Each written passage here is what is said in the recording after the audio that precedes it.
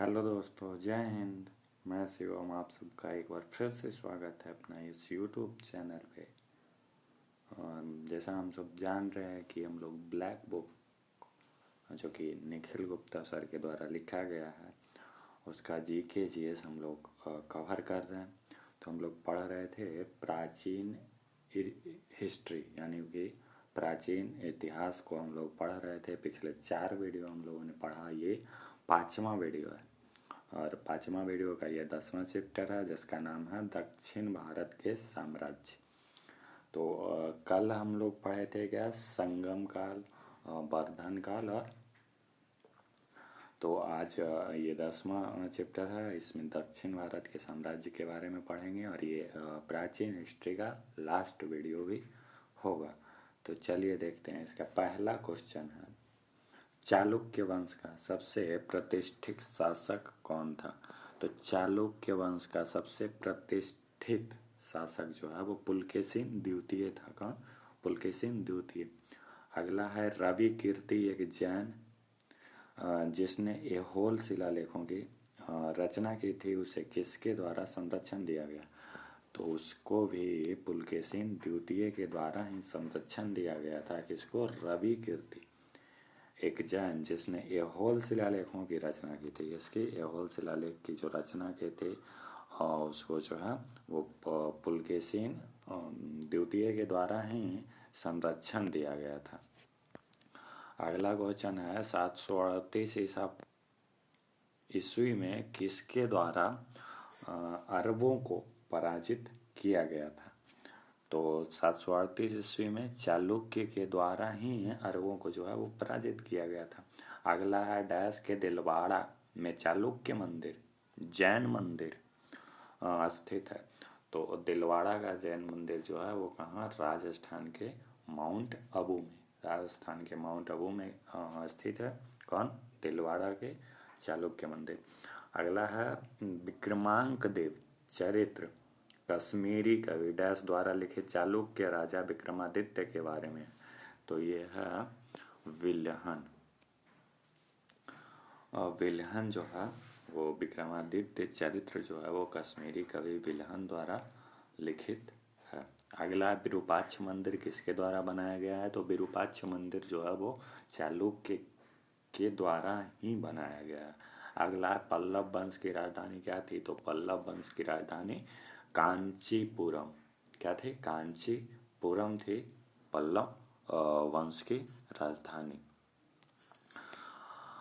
अगला है कि महाबलीपुरम की स्थापना किसने की थी? तो महाबलीपुरम की स्थापना कौन? पल्लव ने किए थे। अगला है किस पल्लव शासकों के शासन काल के दौरान पल्लवों और चालुक्यों के बीच लंबे समय तक चलने वाले संघर्ष जरूर ये शुरू हुआ था? तो ये है महेंद्र वर्मन प्रथम। महेंद्र वर्मन प्रथम के द्वारा ये शुरू हुआ था। अगला है महान चालुक्य राजा पुलकेशिन द्वितीय को पराजित और मारने के बाद किस पल्लव राजाओं ने बातापी कोड़ा की उपाधि धारण की थी? तो ये नरसिंह वर्मन प्रथम थे। नरसिंह वर्मन प्रथम जो थे वो पुलकेशिन द्वितीय को पराजित कर दिए और मार दिए। उसके बाद बातापी कोड़ा की उपाधि जो है वो धारण किए थे। अगला है नरसिंह वर्मन प्रथम, जिसे ममल्ला के नाम से भी जाना जाता था, डैश वंश के थे। तो नरसिंह वर्मन जो है वो पल्लव वंश के थे, उनको और ममल्ला के नाम से भी जाना जाता था। अगला है महाबलीपुरम में समुद्र के किनारे का मंदिर किस पल्लव शासक के शासनकाल में बनाया गया? तो ये जो है वो नरसिंह वर्मन के शासनकाल में, किसके? नरसिंह वर्मन के शासनकाल में बनाया गया था। अगला है कांची में प्रसिद्ध कैलाशनाथ डैश द्वारा बनाया गया। तो काशी में प्रसिद्ध कैलाशनाथ जो है वो नरसिंह वर्मन द्वितीय के द्वारा, किसके द्वारा? नरसिंह वर्मन द्वितीय के द्वारा बनाया गया है। अगला है महाबलीपुरम के पंच रथों का निर्माण किसके शासनकाल में हुआ? तो महाबलीपुरम के पंच रथों का निर्माण जो है वो पल्लव के शासनकाल में, किसके? पल्लव के शासनकाल में हुआ। अगला है महाबलीपुरम के 7 शिवालय किसके द्वारा संरक्षित कला के साक्षी है। तो ये है पल्लव के द्वारा संरक्षित कला के साक्षी है। किसके द्वारा? पल्लव के द्वारा संरक्षित कला के साक्षी है। अगला है चालुक्य शासक पुलकेशिन की हर्षवर्धन पर विजय वर्ष क्या थी। तो चालुक्य शासन पुलकेशिन जो है वो हर्षवर्धन पे 618 ईस्वी में विजय प्राप्त हुआ था। अगला है बादामी चालुक्यों की राजधानी को बादामी में स्थानांतरित करने से पहले उनकी राजधानी कहाँ थी। तो उनकी राजधानी जो थी वो ऐहोल में थी। कहाँ थी? ऐहोल में। अगला है पट्टाडकल मंदिर किसके शासनकाल के दौरान बनाया गया था। तो पट्टाडकल मंदिर जो है वो चालुक्य के शासनकाल के द्वारा बनाया गया था। अगला है दक्षिण भारत में भूमि दान करने की प्रथा किस शताब्दी के बाद बहुत आगे बढ़ गई। तो ये जो है वो 18वीं शताब्दी के बाद जो है भूमि दान करने की प्रथा जो है वो बहुत आगे बढ़ गई थी। अगला है शिल्पाधिकारम। शिल्पाधिकारम एक तमिल महाकाव्य है जिसे किसके द्वारा लिखा गया है। तो शिल्पाधिकारम बहुत ही महत्वपूर्ण है। इलंगो अडिगल के द्वारा लिखी गई है। क्या? शिल्पाधिकारम किसके द्वारा? इलंगो अडिगल के द्वारा। अगला है प्रसिद्ध यात्री मार्को पोलो किस देश के मूल निवासी है। तो मार्को पोलो जो है वो इटली के मूल निवासी थे। कौन? इटली के मूल निवासी कौन थे? मार्को पोलो थे। अगला क्वेश्चन है प्रसिद्ध यात्री मार्को पोलो किस देश के मूल निवासी थे। तो ये थे इटली के। अभी हम लोग देखे। अगला हेनसोंग ने किसके शासनकाल के दौरान पल्लवों की राजधानी कांचीपुरम का दौरा किया था। तो ये जो है हेनसोंग जो है वो नरसिंहवर्मन के प्रथम के शासनकाल में जो है वो कांचीपुरम का दौरा किया था। और कांचीपुरम क्या था? तो वो पल्लव वंश की जो है वो राजधानी हुआ करती थी। कहाँ? कांचीपुरम। अगला है चालुक्य वंश का संस्थापक कौन था। तो चालुक्य वंश का संस्थापक पुलकेशिन प्रथम था। कौन? पुलकेशिन प्रथम था चालुक्य वंश के संस्थापक। अगला है बादामी किला 543 ईस्वी में चालुक्य वंश के डैश द्वारा निर्मित एक प्राचीन किला है। तो ये है पुलकेशिन प्रथम। बादामी किला जो है वो 543 ईस्वी में चालुक्य वंश के पुलकेशिन प्रथम द्वारा निर्मित एक प्राचीन किला है। अगला है महाबलीपुरम के रथ मंदिर डैश का एक उदाहरण है। तो ये जो है रॉक कट मंदिर का एक उदाहरण है। कौन? महाबलीपुरम जो है वो रॉक कट मंदिर का एक बहुत बड़ा उदाहरण है। अगला क्वेश्चन है काकतीय वंश की किस रानी ने आधुनिक आंध्र प्रदेश के विरंगल पर शासन किया था। तो ये है रुद्रमा देवी जो है वो काकतीय वंश के आधुनिक आंध्र प्रदेश के विरंगल पर शासन किए थे। कौन? रुद्रमा देवी। अगला भारत के किस भाग पर मुख्य रूप से पल्लवों और चालुक्यों का शासन था। तो ये जो है वो दक्षिण में। भारत के किस भाग पर मुख्य रूप से। तो भारत के मुख्य रूप से दक्षिणी भाग पे जो है पल्लवों और चालुक्यों का शासन था। अगला है दक्षिण भारत के किस वंश के शासक ने धर्मराज की उपाधि धारण की थी। तो धर्मराज की उपाधि जो है वो पश्चिमी गंगा वंश। कौन? पश्चिमी गंगा वंश जो है वो धर्मराज की उपाधि धारण किए थे। तो यहाँ पे हमारा साम्राज्य दक्षिण साम्राज्य जो है वो खत्म होता है। उसके जस्ट अगले चैप्टर 11वां चैप्टर है साम्राज्यों का काल। यानी देखते हैं इसमें क्या क्या है। साम्राज्यों का काल जो है इसका पहला क्वेश्चन है कि भारत के 2 महान कलाकार बीतापाल और धीमान डैश के थे। तो बीतापाल और धीमान जो है वो पाल वंश के थे। अगला विक्रमशिला विश्वविद्यालय की स्थापना किसके द्वारा की गई। तो विक्रमशिला विश्वविद्यालय की स्थापना धर्मपाल किसके द्वारा? धर्मपाल के द्वारा जो है वो विक्रमशिला विश्वविद्यालय की स्थापना की गई है। अगला है पश्चिम भारत में चालुक्यों का उत्तराधिकारी कौन सा वंश था? तो चालुक्यों का उत्तराधिकारी जो है वो राष्ट्रकूट वंश था। कौन? पश्चिम भारत में किसका? चालुक्यों का उत्तराधिकारी जो है वो राष्ट्रकूट वंश था। कौन था? राष्ट्रकूट वंश था। अगला क्वेश्चन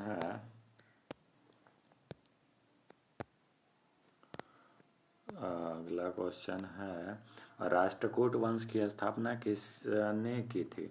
तो राष्ट्रकूट वंश की स्थापना जो है वो कौन किए थे? दंती दुर्ग ने किए थे। कौन? दंती दुर्ग जो है वो राष्ट्रकूट वंश की स्थापना किए थे। अगला है हिरण्यगर्भ का प्रदर्शन किसने किया था? तो हिरण्यगर्भ का प्रदर्शन भी जो है वो दंती दुर्ग ने ही किए थे। अगला कर्नाटक के राष्ट्रकूट वंश का पहला और सबसे महत्वपूर्ण राजा कौन था जिसने बादामी के चालुक्यों को हराया था? तो ये भी जो है वो दंती दुर्ग ही थे। कौन? दंती दुर्ग थे जो कर्नाटक के राष्ट्रकूट वंश का पहला और सबसे महत्वपूर्ण राजा था, जिसमें जो बादामी के चालुक्यों को हराए थे। अगला है कैलाश का प्रसिद्ध रॉक कट मंदिर कहाँ है? तो कैलाश का प्रसिद्ध रॉक कट मंदिर जो है वो कहाँ है? एलोरा में है। कहाँ? एलोरा में कैलाश के प्रसिद्ध रॉक कट मंदिर है। अगला है महाराष्ट्र में कौन सी गुफा स्थित है? तो महाराष्ट्र में जो है वो एलोरा की गुफा स्थित है। अगला है डैश की गुफाओं में कैलाश मंदिर दुनिया का सबसे बड़ा रॉक कट मंदिर है। तो एलोरा की गुफाओं में जो है वो कैलाश मंदिर जो है वो दुनिया का सबसे बड़ा रॉक कट मंदिर है। अगला है एलोरा के कैलाश मंदिर का एक उदाहरण है। तो एलोरा का कैलाश मंदिर जो है वो रॉक कट मंदिर का एक बहुत बड़ा उदाहरण है। अगला है राष्ट्रकूट की प्रारंभिक राजधानी क्या थी? तो राष्ट्रकूट की प्रारंभिक राजधानी एलोरा थी। अगला है एलोरा में कैलाशनाथ मंदिर के निर्माण को किस वंश ने संरक्षण दिया? तो एलोरा में कैलाशनाथ मंदिर के निर्माण को राष्ट्रकूट वंश ने संरक्षण दिया था। अगला है एलोरा में ठोस चट्टान से काटे गए प्रसिद्ध कैलाश मंदिर का निर्माण किसके संरक्षण में किया गया था? तो ये जो है वो राष्ट्रकूट राजा कृष्ण प्रथम के संरक्षण में किया गया था। कौन? एलोरा के ठोस चट्टान से काटे गए प्रसिद्ध कैलाश मंदिर का निर्माण। अगला है राष्ट्रकूटों का सबसे स्थायी योगदान क्या है? तो राष्ट्रकूटों का सबसे स्थायी योगदान पंपा, पोन्ना, रान्ना, कन्नड़ कविता के 3 लेखक और कैलाश मंदिर है। अगला है प्रतिहार वंश का सबसे महान राजा कौन था? तो प्रतिहार वंश का सबसे महान राजा महीर भोज था। कौन? महीर भोज जो था वो प्रतिहार वंश का सबसे महान राजा था। अगला है दक्कन और आसपास के क्षेत्रों पर शासन करने वाले राष्ट्रकूट वंश का उदय किस वर्ष हुआ था? तो ये जो है वो 553 ईस्वी में हुआ था। दक्कन और आसपास के क्षेत्रों का शासन करने वाले राष्ट्रकूट वंश का उदय।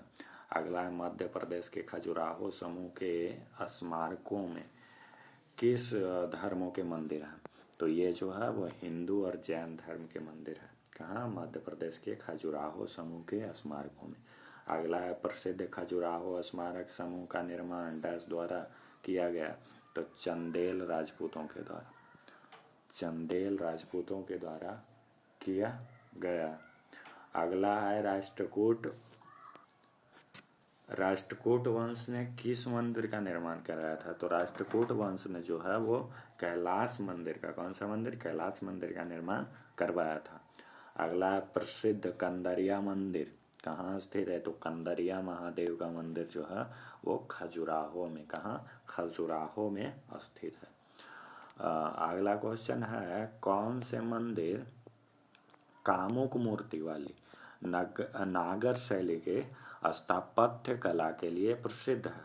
तो नागर शैली की स्थापत्य कला के लिए जो है वो खजुराहो का मंदिर, कौन मंदिर? खजुराहो का मंदिर जो है वो कामुक मूर्तियों वाली नागर शैली के लिए प्रसिद्ध है।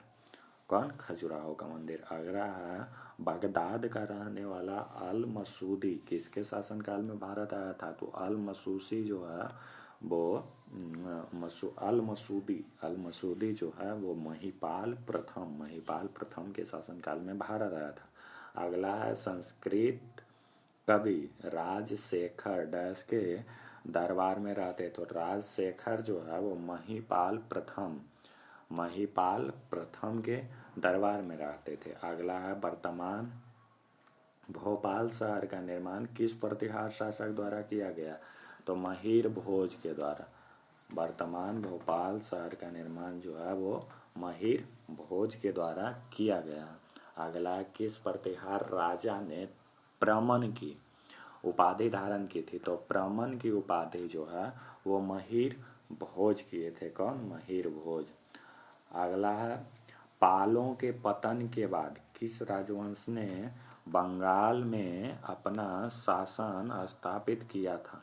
तो बंगाल में अपना शासन जो है वो सेना राजवंश। कौन? सेना राजवंश जो है वो किसको? पाल वंश का जब पतन हो गया तो सेना राजवंश जो है वह बंगाल में अपना शासन स्थापित किए थे। अगला है नोबल परंपरा किस राजवंश से संबंधित है? तो नोबल परंपरा जो है वो सेना राजवंश से किससे? सेना राजवंश से संबंधित है।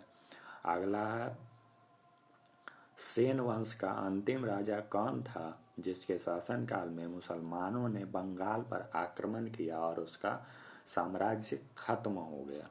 तो सेन जो है वो लक्ष्मण सेन। सेन वंश का अंतिम राजा कौन था? लक्ष्मण सेन था, जिसके शासनकाल में इसी लक्ष्मण सेन के शासनकाल में मुसलमान ने जो है वो बंगाल पर आक्रमण कर दिया और लक्ष्मण सेन का शासक जो है शासनकाल जो है वो खत्म हो गया था। अब अगला क्वेश्चन है ये जो है हमारा चैप्टर अब खत्म हो जाता है और प्राचीन हिस्ट्री में कुछ विविध के प्रश्न हैं। तो आइए अब विविध के प्रश्न देखते हैं। तो विविध में है पहला क्वेश्चन है प्राचीन भारत की संस्कृति के संदर्भ में पंचायतन का क्या अर्थ है? तो पंचायतन जो है वो मंदिर वास्तुकला की शैली है। पंचायतन का अर्थ है मंदिर वास्तुकला की शैली। अगला है 7वीं शताब्दी के दौरान राज्य व्यवस्था के संदर्भ में सामंत शब्द का अर्थ क्या है? तो सामंत शब्द का अर्थ है एक माताहत शासक। यानी कि 7वीं शताब्दी के दौरान राज्य व्यवस्था के संदर्भ में सामंत का शाब्दिक अर्थ है एक माताहत शासक। क्या? एक माताहत शासक। अगला है लाद खान मंदिर नामक प्राचीन काल का मंदिर किस स्थल पर है? तो लाद खान मंदिर नामक प्राचीन मंदिर एहोल में है। कहाँ? एहोल में। अगला है दूसरी शताब्दी ईसा पूर्व के दौरान हेलियोडोरस किसके दरबार में राजदूत के रूप में आया था? तो हेलियोडोरस जो है वो भागभद्र के दरबार में जो है वो आया था। अगला है भारत के किस राज्य में आपको हेलियोडोरस स्तंभ मिलेगा? तो हेलियोडोरस का स्तंभ जो है वो कहाँ है? मध्य प्रदेश में स्थित है। ये सारे क्वेश्चन महत्वपूर्ण हैं। अब आगे देखते हैं। आगे है सिद्धांत शिरोमणि नामक प्राचीन ग्रंथ के रचिता कौन थे? तो सिद्धांत शिरोमणि नामक प्राचीन ग्रंथ के रचिता भास्कराचार्य थे। कौन? भास्कराचार्य कौन थे? सिद्धांत शिरोमणि के प्राचीन ग्रंथ के रचिता थे। अगला है सरभपुरिया और सोमवंशी नाम के राजवंशों ने डैश में शासन किया? तो ये जो है वो छत्तीसगढ़ में शासन किए थे। कौन कौन? सरभपुरिया और सोमवंशी नाम के राजवंश ने। अगला प्राचीन भारत में बाजरा की खेती का प्रमाण किस स्थल पर मिला है? तो बाजरा की खेती का प्रमाण जो है साक्ष्य जो है वो हल्लूर में मिला है। कहाँ? हल्लूर में। अगला है सुदर्शन झील नामक झील की मरम्मत का उल्लेख किस शिलालेख में किया गया?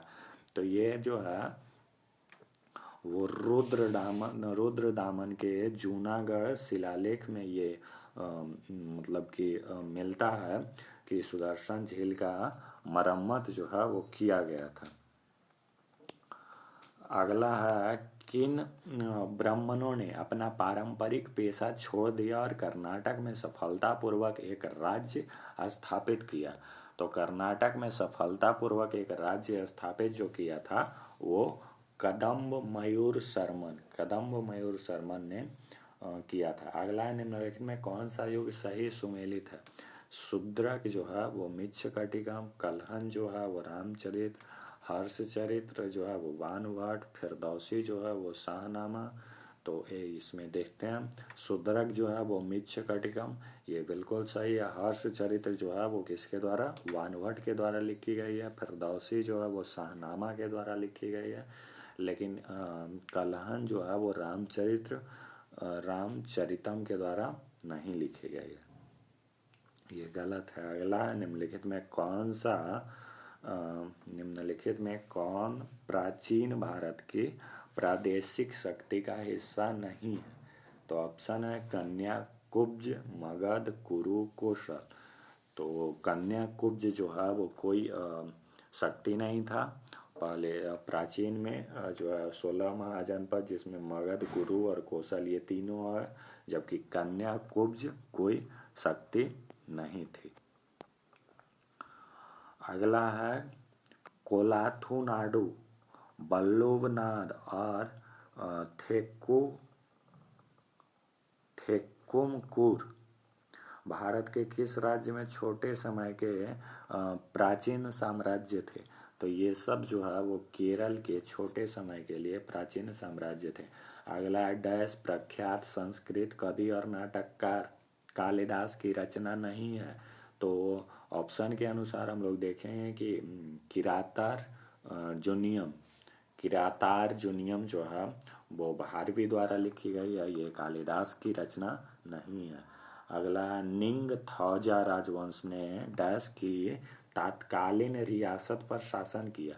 तो निंगथौजा राजवंश जो है वो मणिपुर के तात्कालिक रियासत पर जो है वो कब्जा किया था। अगला, निम्नलिखित में से क्या प्राचीन भारत में राजाओं द्वारा अपनी स्थिति स्थापित करने के लिए किए जाने वाले एक प्रकार का बलिदान नहीं था? तो ये है मोवेंद वेलम, बाजपे, राजसूय, अश्वमेध। तो ये है मोवेंद वेलम जो है वो प्राचीन भारत में राजाओं द्वारा अपनी स्थिति स्थापित करने के लिए किया जाने वाला एक प्रकार बलिदान नहीं था। अगला, किस साम्राज्य की राजधानी दक्षिण भारत में नहीं थी? तो ये जो है वो पाल वंश की राजधानी दक्षिण भारत में नहीं थी। अगला, प्राचीन भारत के राजाओं की स्तुति में रचित शिलालेख को क्या कहा जाता है? तो प्राचीन भारत की स्तुति में रचित शिलालेख को जो है वो क्या कहा जाता था? तो वो प्रशस्ति कहा जाता था। प्राचीन भारत में जो है वो रचित शिलालेखों को जो है वो प्रशस्ति के नाम से जाना जाता था। अगला है, प्राचीन भारत में पत्थर के औजार बनाने के लिए किस तकनीक का प्रयोग किया जाता था? तो ये है दबाव सल्कन तकनीक के द्वारा प्राचीन भारत में पत्थरों से औजार बनाया जाता था। अगला है, प्राचीन भारतीय संस्कृति के संदर्भ में शब्द नागर, बेसर और द्रविड़ किससे जुड़े शब्द हैं? तो नागर, बेसर और द्रविड़ जो है वो मंदिर वास्तुकला की शैली से जुड़े हुए शब्द हैं। हम जैसे बताए थे पिछले वीडियो में कि नागर शैली जो है वो उत्तर भारत की मंदिरों में प्रसिद्ध है, मतलब उत्तर भारत के जितने भी मंदिर जो है वो नागर शैली में बने हुए हैं, जबकि दक्षिण भारत के मंदिरों की शैली द्रविड़ शैली है।